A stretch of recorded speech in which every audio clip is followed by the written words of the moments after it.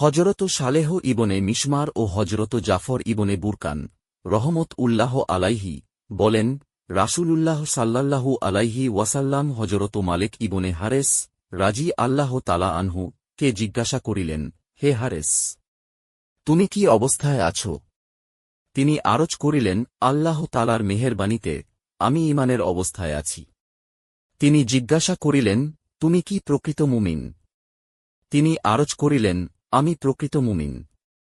রাসূলুল্লাহ সাল্লাল্লাহু আলাইহি ওয়াসাল্লাম বলিলেন, চিন্তা করিয়া বল, প্রত্যেক জিনিসের একটি হকিকত হয়, তোমার ঈমানের হকিকত কি?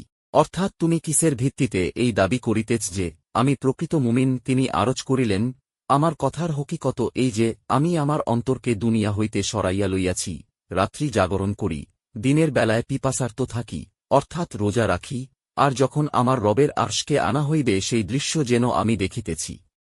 বেহেশতীদের পরস্পর দেখা সাক্ষাতের দৃশ্য আমার চোখের সামনে ভাসমান থাকে, আর জাহান্নামীদের চিৎকার যেন আমি নিজ কানে শুনিতেছি। অর্থাৎ সর্বদা বেহেশত ও দোজখের কল্পনা বিদ্যমান থাকে।